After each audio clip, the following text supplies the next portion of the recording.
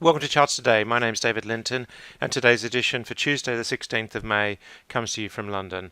And we start by looking at currencies, stock markets, commodities, and US tech stocks. And the dollar falling heavily last few days, putting us back into bearish territory in the short term. We're testing this 98.50 level is key. That was the level last week. If we go below that on the 60-minute chart, we negate this upside target, and that would then lead us to give a new target on this down thrust. Of course, if we reverse and go higher and activate this target without breaking lower, then we would go through resistance, and short term that would be a transition.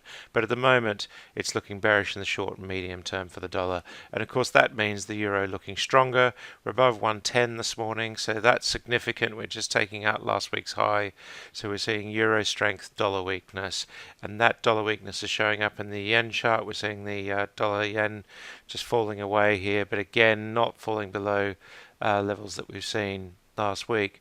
And then if we look at the sterling chart, we see here that sterling is just starting to transition against the dollar as well in the short term. And we do have upside targets here of about 3% into the 132, 133 area. Looking at against the sterling euro rate, we see sterling has just got the weaker hand here, and against the Swiss franc we're seeing much the same thing, and the Australian dollar. So that's quite significant as well.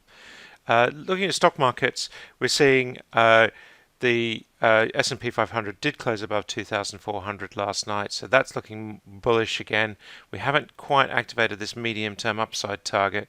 We need to move a little bit higher to do that, and that would be a 30% upside target based on that move. This is all the sideways action, but the fact that we're breaking higher now activates that move. That's what's significant about that. And the Nasdaq 100 is bullish, looking pretty strong as well. And the Dow and the Russell 2000 is not quite catching up yet. The S&P mini future is just flat this morning, so no heads up as to which way the market's going to open, and the same for the Nasdaq E-mini. Looking at the FTSE 100 index, we see here this break to the new high. 7450 is broken, just starting to break higher on this chart, looking stronger. That's showing up a bit more clearly in the lagging line where we're seeing the close level breaking higher. So FTSE looking strong after yesterday's move. The FTSE 250 just not powering ahead as much as it was, but still an amazing looking chart. Is quite key there too. The DAX is looking bullish, and the Nikkei also looking bullish. Hang Seng bullish above the cloud in all three time frames, and Shanghai just starting to turn back into bullish territory on the short-term chart. So we had about a 10% fall on local Chinese market, but we're starting to see that recovery kicking in now. The Sensex is bullish, the Indian market looking strong. The Australian market still not quite above the cloud on the short term, but looking good in the medium and long term. Brent crude had a big move yesterday on OPEC hopes of a cut in production. We still have made this lower low, so that is significant. But at the moment it's bullish in the short term, bullish in the long term, but the medium term chart is now worrying for crude. We do have this downside target of 48.20 still hanging over us. We nearly went there, and the long term target of 41.74, but we have got quite a bit of support on the long term trend there, and the same with WTI. US nat gas sitting in the 330s, and we've got these targets now to 368 and 370, so that's quite significant. Copper just turning bullish above the cloud, but bearish in the medium term.